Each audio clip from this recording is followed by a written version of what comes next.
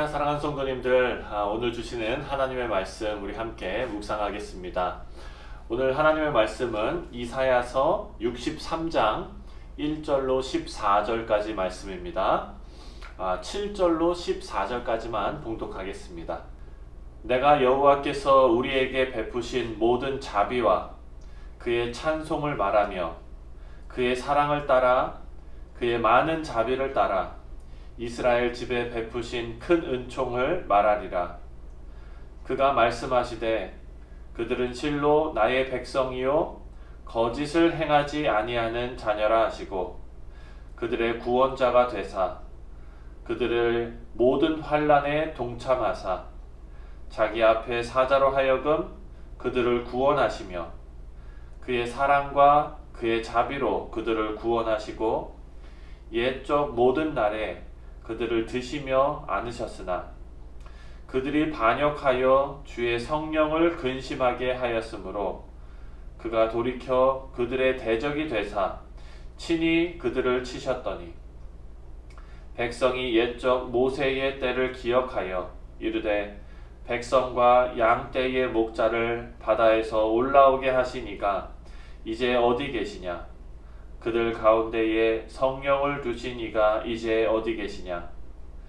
그의 영광의 팔이 모세의 오른손을 이끄시며 그의 이름을 영원하게 하려 하사 그들 앞에서 물을 갈라지게 하시고 그들을 깊음으로 인도하시되 광야에 있는 말같이 넘어지지 않게 하신 이가 이제 어디 계시냐?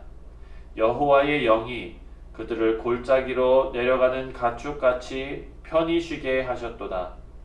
주께서 이와 같이 주의 백성을 인도하사 이름을 영화롭게 하셨나이다 하였느니라. 아멘. 네, 사랑하는 성도님들, 63장부터는 이스라엘을 향한 이사야의 중보기도가 시작이 됩니다. 오늘 63장 전반부에는요, 중보기도의 서론으로 생각하시면 됩니다. 오늘 주시는 말씀을 우리 함께 살펴보겠습니다. 먼저 7절입니다. 7절 말씀에 내가 여호와께서 우리에게 베푸신 모든 자비와 그의 찬송을 말하며 그의 사랑을 따라 그의 많은 자비를 따라 이스라엘 집에 베푸신 큰 은총을 말하리라. 아멘. 이사야 선지자는요, 지금 하나님의 은혜를 기억하고 있습니다. 하나님께서 이스라엘 백성들에게 베푸신 모든 자비와 은혜에 대해서 말하겠다라고 합니다. 사랑하는 성도 여러분, 기억 또는 추억에는요, 힘이 있습니다. 추억의 힘이 오늘을 살게 하는 경우가 참 많습니다. 그것을 신앙적으로 말하면 간증이 있는 삶이라고 할 수가 있습니다. 이사야는요, 8절부터 14절까지 간증을 하고 있습니다. 하나님께서 이스라엘 백성들을 출애굽시키시고 또 광야를 지나게 하시는 과정에서 하나님의 자비와 은혜가 나타났는데 그것에 대한 간증입니다. 과거 이스라엘에게 하나님께서 베푸신 그 놀라운 은총을 생각하면서 언제나 동일하신 하나님께서 이 백성들에게 자비와 은혜를 베푸실 것을 믿는 것입니다. 여러분, 이렇게 믿는 그 믿음으로 중보기도를 시작하고 있습니다. 사랑하는 성도 여러분, 저와 여러분은요, 개인적인 간증들이 있을 것입니다. 아주 모두 귀한 간증들이죠. 하나님의 역사하심으로 생긴 하나님의 지문이 저와 여러분의 인생에 묻어 있는 것 같습니다. 그런 하나님의 함께하심, 하나님의 건져주심, 그런 모든 일들이 우리에게는 간증으로 남아있게 됩니다. 그리고 그런 간증들은 힘이 있습니다. 저와 여러분을 다시 일으킵니다. 그리고 우리가 기억해야 할 아주 위대한 간증이 있습니다. 이 간증은요, 저와 여러분뿐만 아니라 모든 그리스도인들이 함께 공유하는 간증입니다. 바로 그리스도께서 이 땅에 오셔서 우리 모두의 죄를 해결하신 사건입니다. 우리는 아무런 소망이 보이지 않을 때에도 다시 일어설 수 있습니다. 그리스도께서 저와 여러분에게 참 소망으로 오셨음을 믿기 때문입니다. 그리스도인들은요, 절대 힘없이 무너지지 않습니다. 하나님께서 결국 일으키십니다. 그 증거가 바로 우리 주 예수 그리스도입니다. 이스라엘 백성들에게도 특별히 오늘 본문에 이사야의 기도가 시작되는 이 부분에서 출애굽 기간에 하나님께서 베푸신 은총을 기억하면서 하나님께서 같은 은혜로 이스라엘 백성들을 구원해 주실 것을 믿으면서 간구하고 있습니다. 사실 출애굽의 모든 사건에서 이스라엘 백성들이 내세울 것이 아무것도 없다는 것을 우리가 잘 알고 있습니다. 하나님께서 은혜로 그 백성들을 구원하셨지만 이스라엘 백성들이 보인 그 모습은요, 반역, 불순종, 불평, 원망 이런 것밖에 없었기 때문입니다. 이사야가 간증하는 하나님의 사랑이 바로 이것입니다. 이스라엘 백성들이 노력하고 하나님께 돌이켜서 조금 더 나은 모습을 보여서 하나님의 은혜를 받을 만한 사람들이 되었기 때문에 하나님께서 구원하신 것이 아니라는 사실입니다. 이스라엘은 끊임없이 하나님을 대적하고 반역하고 실망시키기만 했지만 하나님은 변하지 않는 사랑으로 이스라엘을 사랑하셨습니다. 이스라엘의 간증은요, 변함없는 하나님의 사랑에 대한 간증입니다. 그리고 자녀된 자로서 하나님 앞에 뻔뻔하지만 그렇지만 동시에 떳떳하게 돌아갈 수 있는 이유도 바로 이것입니다.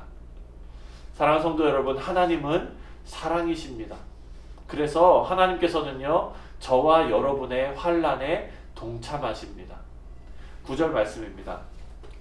9절에 보니까 그들의 모든 환난에 동참하사 자기 앞에 사자로 하여금 그들을 구원하시며 그의 사랑과 그의 자비로 그들을 구원하시고 옛적 모든 날에 그들을 드시며 안으셨으나, 하나님께서는요, 우리의 환난에 동참하셔서 예수 그리스도를 통해 우리를 구원하셨습니다.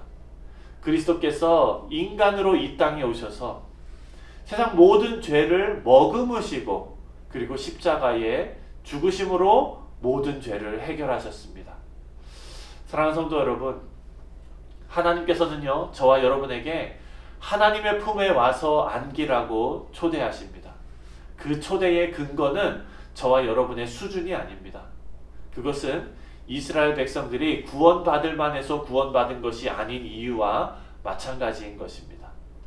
이사야가 말하는 것처럼 이스라엘 백성들은 출애굽할 때 하나님을 거역했습니다. 하지만 하나님의 은총은 그들의 죄를 담당하시며 동참하시는 데까지 이르러서 그들을 구원해 내셨습니다.